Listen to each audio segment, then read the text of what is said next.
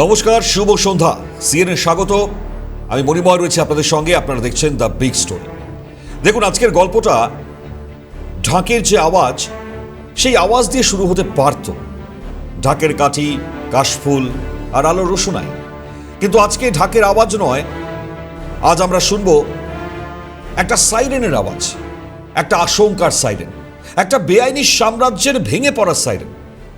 কলকাতা শহরের বুকে পুজো তো অনেক হয়, থিম পুজো, সাবেকি পুজো, বারোয়ারি পুজো, কিন্তু কিছু পুজো থাকে যা শুধু পুজো নয়, যা ক্ষমতার আস্ফালন, যা রাজনৈতিক দাপটের প্রতীক, যা আসলে একটা ট্রফি, শাসক দলের আইডেন্টিটি কার্ড। হ্যাঁ, ঠিকই ধরেছেন, আমি কথা বলছি নিউ আলিপুরের সুরুচি সঙ্গ নিয়ে। অরূপ বিশ্বাস, স্বরূপ বিশ্বাস আর টালিগঞ্জের রূপলী পর্দার তারকাদের সেই চেনা আড্ডাখানা।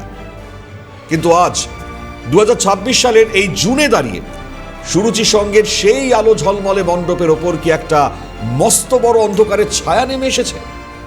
2026-এর দুর্গোৎসব কি ঘোরতর অনিশ্চিত? ক্ষমতার অলিন্দে কান পাতলে কিন্তু এই ফিসফিসানি এখন চিল চিৎকার হয়ে শোনা যাচ্ছে। কারণ এবার আর শুধু অভিযোগ নয়, এবার নেমে এসেছে স্বয়ং আদালতের চাবুক। আদালত স্পষ্ট নির্দেশ দিয়েছে, জবরদখল করা জমি অবিলম্বে আসল মালিককে ফেরত দিতে হবে। কিন্তু তার চেয়েও বড় এবং বিস্ফোরক প্রশ্ন, জমি তো চুরি হয়েছেই, কিন্তু সেই চুরির জমি ঢাকা দেওয়া হয়েছে কি দিয়ে জানেন? গরিব মানুষের হকের ব্যানার, ত্রাণের ত্রিপল দিয়ে। হ্যাঁ, পশ্চিমবঙ্গ সরকারের বিশ্ব বাংলা লোগো লাগানো ত্রাণের ত্রিপল দিয়ে ঘেরা হয়েছে পুজো কমিটির মাঠ। আজকের দ্য বিগ স্টোরিতে তাই আমরা শুধু এই জমি মাফিয়ার গল্প বলবো না, আজ আমরা প্রশ্ন তুলব সেই শীর্ষ নেতৃত্বকে নিয়ে, যাকে ওনার অনুগামীরা বলেন ডেয়ার ডেভিল, যিনি নাকি কাউকে ভয় পান না, যিনি নাকি বাঘের মতো গর্জন করেন। আমাদের প্রশ্ন, যদি আপনারা এতটাই ডেয়ার ডেভিল হন, যদি আপনারা এতটাই সৎ হন, তাহলে প্রতিটা তদন্তের মুখে পড়লে আইনি ফাঁস একটু শক্ত হলেই কেন আপনাদের মধ্যে এই পলায়ন মনোবৃত্তি দেখা যায়? অভিষেক যদি সত্যিই ডেয়ার ডেভিল হন, তবে কেন বারবার এই পলায়নের চেষ্টা? আজ রাতেই সবকটি মুখোশ আমরা টান মেরে খুলে দেব। তাই আপনাদেরকে বিগ স্টোরির শেষ পর্যন্ত দেখতে হবে। খতিয়ানটা শুনুন, ফাইলটা কিন্তু খুলছি। হ্যাঁ, ইতিহাস বড় নিষ্ঠুর জিনিস। হ্যাঁ সাহেবরা, ইতিহাস বড়ই নিষ্ঠুর। আপনি যতই ঢাকনা দিয়ে ওই ত্রাণের ত্রিপল দিয়ে চেপে রাখতে চান না কেন, ইতিহাস ঠিক একদিন গন্ধ ছড়াবেই। একটু নিয়ে যাই আপনাদের, ফিরে যাওয়া যাক তাই 2008 সালের মার্চ মাসে। তখন রাজ্যে বামফ্রন্ট সরকার, বিদায় লগ্নে এসে উপস্থিত হয়েছে তারা। হ্যাঁ, আর ঠিক সেই সময় নিউ আলিপুরের এম ব্লকের একটা মূল্যবান প্লটের ওপর নজর পড়ে কার? বিশ্বাসের ভাইদের, বিশ্বাস ব্রাদার্সদের, ক্ষমতার নতুন কারবারিদের। প্লট নম্বরটা আজ আর আমাদের কারোর কাছে গোপন নয়। জমির পরিমাণ কত জানেন? 11 কাঠা। এই 11 কাঠা জমি কার ছিল জানেন? কোনো সাধারণ মানুষের নয়, কোনো খাস জমিও নয়। এই জমি ছিল দেশের বৃহত্তম রাষ্ট্রায়ত্ত বীমা সংস্থা life insurance corporation of India, সংক্ষেপে LIC-র। লাইফ ইন্স্যুরেন্স কর্পোরেশন, তাদের ট্যাগলাইনটা তো আপনারা নিশ্চয়ই জানেন। হ্যাঁ, জিন্দেগি কি সাথ ভি, জিন্দেগি কে বাদ ভি। কিন্তু সুরুচি সঙ্গের দাপটে LIC-কে বলতে হয়েছিল জমিন কে সাথ ভি কবজা, জমিন কে বাদ ভি কবজা। ওই মানে জবরদখল। ভাবছেন যে আমি মন গড়া গল্প বলছি? না, একদমই নয়। 2009 সালের এই দেশের বৃহত্তম রাষ্ট্রায়ত্ত বীমা সংস্থা নিউ আলিপুর থানায় একটা লিখিত অভিযোগ দায়ের করেছিল। স্পষ্ট ভাষায় কোনো রাগঢাক না করে LIC পুলিশকে যেটা জানিয়েছিল, আপনাদেরকে তাও শোনাই। তাদের কোনো রকম অনুমতির তোয়াক্কা না করে, আইনের তোয়াক্কা না করে এই খেলার মাঠটি গায়ের জোরে জবরদখল করা হচ্ছে। কেন না, সেখানে সুরুচি সঙ্গ নামের একটা ক্লাবের দুর্গাপুজোর মণ্ডপ নাকি বাঁধা হবে, তাই। এবার একবার ভাবুন, একটা দেশের 1 নম্বর বীমা সংস্থা, কেন্দ্রীয় সরকারি প্রতিষ্ঠান, তারা থানায় গিয়ে ডায়েরি করছে যে তাদের জমি মাফিয়ারা দখল করে নিচ্ছে। কেন এই জমি কিনেছিল LIC? এই জমির ঠিক পাশেই রয়েছে এলআইসি অফিসার্স রেসিডেন্সিয়াল কোয়ার্টার। সেখানে যে কেন্দ্রীয় সরকারি অফিসাররা দিনরাত কাজ করে থাকেন, তাদের কোয়ার্টারের বাসিন্দা, তাদের পরিবার, তাদের বাচ্চাদের একটু খোলা হাওয়া পাওয়ার জন্য, ওই খেলার জন্য এই 11 কাঠা জমি রেজিস্ট্রি করে কিনেছিল এলআইসি। কিন্তু বাঘের ঘরে ঘোগের বাসা। সেই জমি গ্রাস করে নিল কারা? সুরুচি সংঘ। পুলিশের কাছে এলআইসির বক্তব্য ছিল অত্যন্ত পরিষ্কার। সুরুচি সংঘ, এই সুরুচি সংঘ নামের এই ক্লাবের নিজস্ব কোনো মাঠ কোনোদিনই ছিল না, কোনোদিনই না। আজকে যারা কোটি কোটি টাকার ওই পুজো করে বুক ফুলিয়ে ঘুরে বেড়ায়, তাদের পুজো করার মতন একটা চিলতে জমিও নিজেদের ছিল না। অন্যের জমি ডাকাতি করে কেন্দ্রীয় সরকারের জমি জবরদখল করে গড়ে উঠেছিল এই পুজোর সাম্রাজ্য। কিন্তু তখন তো সবে শুরু। আসল খেলা তো শুরু হলো সেই 2011 সালের পর। আপনারা বলবেন 2009 সালে তো বাম আমল, তখন পুলিশ কেন ব্যবস্থা নেয়নি? কারণ তখন ক্ষমতার হাওয়া বদল হচ্ছে। আর 2011 সালে রাজ্যে যখন সত্যি সত্যি পালাবদল ঘটল, তখন তো আর বাঁধ ভাঙা বন্যা আইন, সে তো আলমারিতে বন্দি প্রশাসন, সে তো সুরুচি সংঘের পুজো কমিটির মেম্বার। 2011 সালের পর যা ঘটল তা কোনো সভ্য দেশ সেখানে কল্পনা করা যায় না। শুধু ওই 11 কাঠার খেলার মাঠ জবরদখল করেই ক্ষান্ত হলো না তারা। ক্ষমতার দোর্দণ্ড প্রতাপ কাকে বলে তা নিউ আলিপুরের মানুষ হাড়ে হাড়ে খতিয়ান দেখতে পেলেন। পাশে এলআইসির ওই অফিসার্স কোয়ার্টার ছিল। সেই কোয়ার্টারের বাসিন্দাদের জীবন অতিষ্ঠ করে তোলা হলো। কোয়ার্টারের গ্রাউন্ড ফ্লোর, সেখানের একটা বড় অংশ, একটা বিশাল অংশ, সেটা গায়ের জোরে দখল করে নিল সুরুচি সংঘ। সেখানে কি তৈরি হলো সুরুচি সংঘের পুজো কমিটির পার্মানেন্ট অফিস। বছরের পর বছর ধরে পুজোর আগের এবং পরের প্রায় 12 থেকে 13 দিন তো মারাত্মকভাবে দখলে থাকতো। এমনকি সারা বছরই সেই কোয়ার্টারের ভেতরে বহিরাগতদের দাপাদাপি চলত। আর ওই পুজোর কটা দিন, সে তো একেবারে দেখার মতো দৃশ্য। সেই জবরদখল করা কোয়ার্টারের গ্রাউন্ড ফ্লোরের অফিসে এসে সভা আলো করে বসতেন কারা? অরূপ বাবু, স্বরূপ বাবুরা, শাসক দলের হেভিওয়েট মন্ত্রী, হেভিওয়েট নেতারা। না, এখানে শেষ নয়, টালিগঞ্জের রূপলী পর্দার সেলিব্রিটিরাও আসতেন। বড় বড় গাড়ি এসে লাইনে দাঁড়াতো। এলআইসির অফিসাররা যারা ওই সৎ পথে চাকরি করে ওই কোয়ার্টারে থাকতেন, তারা নিজেদের ঘরেই ঢুকতে পারতেন না, এমনটাও অভিযোগ। আর ওই জবরদখল করা জায়গায় তৈরি হয় স্পেশাল এসি এনক্লোজার, শীতাতপ নিয়ন্ত্রিত বিলাসবহুল ঘর। কেন্দ্রীয় সরকারি জমিতে সরকারি কোয়ার্টার জবরদখল করে সেখানে এসি বসিয়ে নেতারা আর সেলিব্রিটিরা এলাহি আড্ডায় মারতেন। আর দেশের আইন, সে তখন নিউ আলিপুর থানার বাইরে ঠায় দাঁড়িয়ে ওই চাতক পাখির মতন চেয়ে থাকত। পুলিশ কি করেছিল জানেন? এই পুলিশ কি করেছিল জানেন? এলআইসি যখন বারবার পুলিশের কাছে গেছে যে স্যার, আমাদের কোয়ার্টারে আমরা ঢুকতে পারছি না, আমাদের জমি দখল হয়ে গেছে, পুলিশ তখন লিখিত কোনো ব্যবস্থা নেয়নি। পুলিশের তরফে এলআইসিকে মৌখিকভাবে কি বলা হয়েছিল জানেন? শুনলে হাসবেন না কাঁদবেন, আপনারাই ঠিক করবেন। পুলিশ বলেছিল, আরে মশাই, ক্লাব কর্তাদের সঙ্গে একটু আলোচনার মাধ্যমে বিষয়টি সমঝোতা করে নিন না। বাহ, কি চমৎকার সেলুকাস! চোর যদি আপনার বাড়ি চুরি করে আর আপনি যদি পুলিশের কাছে যান, পুলিশ আপনাকে বলবে ওই চোরের সাথে একটু বসে চা খেয়ে সমঝোতা করে নিন। ও ফ্রিজটা নিক, আপনি খাটটা রাখুন। এই ছিল বাংলার আইন শৃঙ্খলা। কিন্তু বিশ্বাস ব্রাদার্সদের যে দাপট, যে রাজনৈতিক অহংকার, আর সামনে কোনো সমঝোতা হওয়া সম্ভব ছিলই না। তারা তো সমঝোতা করতে আসেননি, তারা তো এসেছিলেন রাজত্ব করতে।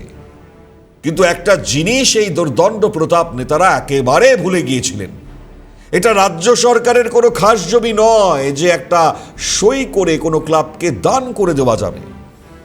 এটা corporation, life insurance corporation of India. এর একটা নিজস্ব বোর্ড আছে, এর একটা আইনি কাঠামো আছে। যখন চাপ বাড়ছিল তখন এলআইসি একটা ঐতিহাসিক বিবৃতি দেয়। এলআইসির তরফে স্পষ্ট জানিয়ে দেওয়া হয় যে লাইফ ইন্স্যুরেন্স কর্পোরেশন রেজলিউশন অনুযায়ী এই জমি কোনো ব্যক্তি, কোনো ক্লাব বা কোনো সংস্থাকে হস্তান্তর করা আইনত অসম্ভব। এটা দেশের মানুষের টাকা, পলিসি হোল্ডারদের টাকা। এই জমি কোনো নেতার পুজো করার জন্য দান করে দেওয়া যায় না। সংশ্লিষ্ট ফোরাম ছাড়া এককভাবে এলআইসির কোনো চেয়ারম্যান বা কোনো অফিসারেরও এই জমি কাউকে দিয়ে দেওয়ার কোনো এখতিয়ার নেই। আইনের এই দেওয়ালটা যখন বিশ্বাস ভাইরা দেখলেন, তখন তারা কি করলেন? তারা কি জমি ছেড়ে দিলেন? না, শুরু হলো নতুন খেলা। ক্লাবের তরফে ক্ষমতার অলিন্দে থেকে এলআইসির ওপর ক্রমাগত চাপ সৃষ্টি করা হতে লাগলো। কিসের চাপ? জমিটা আমাদের দানপত্র করে লিখে দিন। ভাবুন একবার, জবরদখলকারীরা চাপ দিচ্ছে মালিককে যে জমিটা দানপত্র করে লিখে দিতে হবে। বছরের পর বছর এই চাপ দেওয়া হয়েছে। কেন্দ্রীয় সংস্থা, যে সরকারি এই সংস্থা, তাকে ভয় দেখানোর চেষ্টা হয়েছে। কিন্তু 2026 সালে এসে খেলা পুরো ঘুরে গেছে। আইন তার নিজস্ব মহিমায় জ্বলে উঠেছে। সুরুচি সংঘকে এলআইসির জমি ফেরতে স্পষ্ট নির্দেশ দিয়েছে আদালত। আদালতের এই চাবুক খাওয়ার পর আজ বিশ্বাস ভাইদের দাপট কোথায়? আজ আর এলআইসি পুলিশকে অনুরোধ করতে যাচ্ছে না। আজ আদালতের অর্ডার কপি পকেটে নিয়ে বুক ফুলিয়ে নিউ আলিপুর থানায় ঢুকে পড়েছেন এলআইসির উচ্চপদস্থ আধিকারিকরা। তারা পুলিশকে স্পষ্ট জানিয়ে দিয়েছেন, আদালতের নির্দেশ মেনে আমাদের জমি আমাদের দখলে নেওয়ার ব্যবস্থা করে দিন। পুলিশ এতদিন যে ফাইল চেপে বসেছিল, আজ আদালতের নির্দেশে সেই পুলিশকে বিশ্বাস ভাইদের বিরুদ্ধে ব্যবস্থা নিতে হচ্ছে। 2026-এর দুর্গোৎসব তাই আজ ঘোরতর অনিশ্চয়তার মুখে। কিন্তু সাহেবরা, আদালতের নির্দেশ আসার পর এই বিশ্বাস ব্রাদার্স কি কাণ্ড ঘটিয়েছে শুনবেন। এবার যে বিস্ফোরক তথ্য আমাদের হাতে এসেছে, তা শুনলে বাংলার ললাটে লজ্জার আর শেষ থাকবে না। আদালতের নির্দেশ তো এসে গেছে, জমি যে কোনো দিন হাতছাড়া হতে পারে। তাই এই 2026 সালের পুজোর জন্য জমিটিকে তড়িঘড়ি ওই নিজেদের কবজায় দেখাতে মাঠের চারিদিকে প্রথমে কি হয়েছিল না, ফেন্সিং দেওয়া হয়েছিল। আর তারপর আকাশ থেকে যাতে কোনো ড্রোন বা বাইরে থেকে কোনো সাধারণ মানুষ ভেতরের বেআইনি কাজ দেখতে না পায়, তার জন্য পুরো মাঠটাকে ওপর থেকে বিশাল এক ত্রিপল, তার আচ্ছাদন দিয়ে ঢেকে দেওয়া হলো। কিন্তু এ কোন ত্রিপল? এই ত্রিপল কি বাজার থেকে কেনা? এই ত্রিপল কি পুজো কমিটির টাকায় কেনা? না। ভালো করে দেখুন আমাদের স্ক্রিনটা। আমি ভালো করে দেখতে বলবো, অনুরোধ করব আপনাদেরকে। এই স্ক্রিনে যে ছবিটা আপনারা দেখতে পাচ্ছেন, সেখানে দেখুন জল জল করছে আমাদের রাজ্যের গর্বের বিশ্ব বাংলা লোগো। সেখানে বড় বড় অক্ষরে লেখা রয়েছে, পশ্চিমবঙ্গ সরকার দুর্গত মানুষের পাশে। ভাবতে পারছেন? আমি জানতে চাই, এই ত্রিপল কাদের পাওয়ার কথা ছিল? সুন্দরবনে যখন ঝড় আসে, মেদিনীপুরে যখন বন্যা হয়, মুর্শিদাবাদে যখন নদী ভাঙনে মানুষের ঘরবাড়ি ভেসে যায়, তখন যে গরিব মানুষগুলো এই খোলা আকাশের নিচে দাঁড়িয়ে একটু মাথা গোজার ঠাঁই খোঁজে, তাদের দেওয়ার জন্য সরকারি কোষাগারের টাকায়, আমাদের ট্যাক্সের টাকায় এই ত্রিপল কেনা হয়েছিল। পশ্চিমবঙ্গ সরকার দুর্গত মানুষের পাশে দাঁড়াবে বলে এই ত্রিপল তৈরি করেছিল। তাহলে সেই সরকারি ত্রাণের সামগ্রী, সেই বিশ্ব বাংলা লোগো লাগানো ত্রিপল থরে থরে এসে নিউ আলিপুরের পুজো মণ্ডপের মাঠে ঢাকছে কেন? কোন এখতিয়ারে, কোন ক্ষমতা বলে গরিব মানুষের মুখের গ্রাস, মাথার ছাদ চুরি করে সুরুচি সংঘের মাঠ ঢাকা দেওয়া হলো? কাদের বঞ্চিত করে এই ত্রাণ সামগ্রী বিশ্বাস ব্রাদার্সের কাছে পৌঁছলো? এই প্রশ্নের উত্তর আজ অরূপ বিশ্বাসকে দিতে হবে, সৌরভ বিশ্বাসকে দিতে হবে। পুজো করছেন ঈশ্বরের, আর তাতে ব্যবহার করছেন গরিবের ঘরের চুরির মাল। এর চেয়ে বড় কেলেঙ্কারি, এর চেয়ে বড় পাপ আর কি হতে পারে? এবার আসি আজকের দ্য বিগ স্টোরিতে সবচেয়ে বড় প্রশ্নে। সুরুচি সংঘ তো একটা উদাহরণ মাত্র। এই যে জবরদখল, এই যে গরিবের ত্রাণে ত্রিপল চুরি, এর পেছনে যে আসল রাজনৈতিক চালিকা শক্তি, সেই শীর্ষ নেতৃত্বকে নিয়ে এবার কথা বলা দরকার। কেন দরকার তো আপনারা জানেন। আমরা তো দীর্ঘদিন ধরে একটা ন্যারেটিভ শুনে আসছি। কি সেই ন্যারেটিভ? বাংলা রাজনীতির আকাশে একজন নাকি ডেয়ার ডেভিল। তিনি নাকি কাউকে ভয় পান না। তিনি কে না যুবরাজ, তিনি সেনাপতি। দিল্লির দাদাগিরির সামনে তিনি নাকি বুক চিতিয়ে দাঁড়িয়ে থাকেন। অভিষেক বন্দ্যোপাধ্যায় তার অনুগামীরা তো তাকে এভাবেই প্রজেক্ট করে। তিনি কোনো ইডি, কোনো সিবিআই, কোনো কেন্দ্রীয় তদন্তকারী সংস্থাকে ডরান না। আচ্ছা, আমার একটা খুব সহজ সরল প্রশ্ন আছে। এই বাংলার সাধারণ মানুষের মনেও এই প্রশ্নটাই জাগছে। অভিষেক বাবু, আপনি যদি সত্যিই এত বড় ডেয়ার ডেভিল হন, আপনি যদি সত্যিই কোনো ভুল না করে থাকেন, আপনার দলের মন্ত্রী নেতারা যদি ধোঁয়া তুলসী পাতা হন, তাহলে প্রতিটা তদন্তের মুখোমুখি হতে এত ভয় কেন? কেন প্রতিটা পদক্ষেপে সুপ্রিম কোর্ট, হাইকোর্ট সেখানে রক্ষা কবচ খুঁজতে হয়? কেন ইডি ডাকলে বা সিবিআই ডাকলে হঠাৎ ওই শরীর খারাপ হয়, বা হঠাৎ অন্য কোনো রাজনৈতিক কর্মসূচির অজুহাত তৈরি হয়? যদি সুরুচি সঙ্গের জমি জবরদখল নিয়ে কোনো ভুল না হয়ে থাকে, যদি ওই বিশ্ব বাংলা লোগো লাগানোর ত্রাণে ত্রিপল চুরির পেছনে আপনাদের সায় না থাকে, তাহলে তদন্তকে স্বাগত জানাচ্ছেন না কেন? ডেয়ার ডেভিলরা তো বুক চিতিয়ে এজেন্সির দপ্তরে গিয়ে বসে থাকে। তারা বলে, নিন তদন্ত করুন, আমার ফাইল খোলা। কিন্তু এখানে আমরা কি দেখছি? এখানে তো আমরা দেখছি একটা ওই অদ্ভুত পলায়ন মনোবৃত্তি। যখনই আইনের ফাঁস গলার কাছে আসছে, যখনই সুরুচি সঙ্গের মতন এই বেআইনি সাম্রাজ্যগুলির ভিত আদালতে হাতুড়ির ঘায়ে নড়বড়ে হতে শুরু করছে, আর তখনই কেন শীর্ষ নেতৃত্বকে বাঁচানোর জন্য দিল্লির আইনি অলিন্দে কোটি কোটি টাকা খরচ করে উকিল দাঁড় করাতে হচ্ছে? কেন ইডি সিবিআই এর এখতিয়ার নিয়ে প্রশ্ন তুলে সুপ্রিম কোর্টে ছুটতে হচ্ছে? সাহস কি শুধু মঞ্চের মাইকেই সীমাবদ্ধ? সাহস কি শুধু জনসভায় দাঁড়িয়ে দেখব, বুঝে নেব, ডিজে বাজাবো, এই সমস্ত কথা বলার মধ্যেই আটকে? মাঠের রাজনীতি যিনি নিজেকে বাঘ বলে দাবি করেন, বাঘ, আইনি লড়াইয়ের খাঁচায় ঢুকলেই তিনি কেন বেড়ালের মতন ম্যাও ম্যাও করতে শুরু করেন? এই পলায়ন মনোবৃত্তি আসলে একটা যে জিনিস প্রমাণ করে, সেটা হচ্ছে তার ভেতরটা ফাঁপা। অন্যায় যখন করা হয় তখন ক্ষমতার অহংকারে ওই চারপাশটা দেখা যায় না। মনে হয় এই চেয়ার, এই লালবাতি, এই পুলিশ প্রশাসন সারা জীবন থাকবে। কিন্তু যখন দেশের আদালত, যখন দেশের সর্ববৃহৎ বীমা সংস্থা নিজের অধিকার বুঝে নিতে চায়, তখন কিন্তু ওই স্থানীয় থানার বড়বাবু আর বাঁচাতে পারেন না। আর তখনই শুরু হয় পালানোর রাস্তা খোঁজা। বুঝতে পারছেন তাহলে? দেখুন, আমরা কিন্তু কোনো পুজোর বিরোধী নই, কেউ থাকবো না আমরা, খুব স্বাভাবিক সেটা। বাংলার মানুষ দুর্গোৎসবের বিরোধী হতে পারে না। পুজো বাঙালির আবেগ, পুজো আমাদের প্রত্যেকের বাঙালির সংস্কৃতি। কিন্তু এই পুজোর নামে জবরদখল, পুজোর নামে তোলাবাজি, পুজোর নামে কেন্দ্রীয় সরকারি কর্মচারীদের কোয়ার্টার দখল করে নেতাদের এই বিলাসবহুল এসি ঘর বানানো, আর সবশেষে গরিবের বন্যা ত্রাণে ত্রিপল চুরি করে মণ্ডপ ঢাকা দেওয়া, এটা বাংলার সংস্কৃতি নয়। এটা বাংলার সংস্কৃতি হতে পারে না। এটা ক্ষমতার বিকৃতি। 2026 সালের পুজো আসতে আর কিন্তু খুব বেশি দিন বাকি নেই। কিন্তু নিউ আলিপুরের এই এম ব্লকের সেই 11 কাঠার মাঠ আজ একটা বড় সত্যের মুখোমুখি দাঁড়িয়ে। আদালত চাবুক মেরেছে, এলআইসি তার জমি ফেরত নিতে থানার দোরগোড়ায় দাঁড়িয়ে, আর ক্ষমতার যে ছাতার তলায় সুরুচি সংঘ এতদিন বুক ফুলিয়ে পুজো করেছে, সেই ছাতাটাই আজ ফুটো হয়ে গেছে।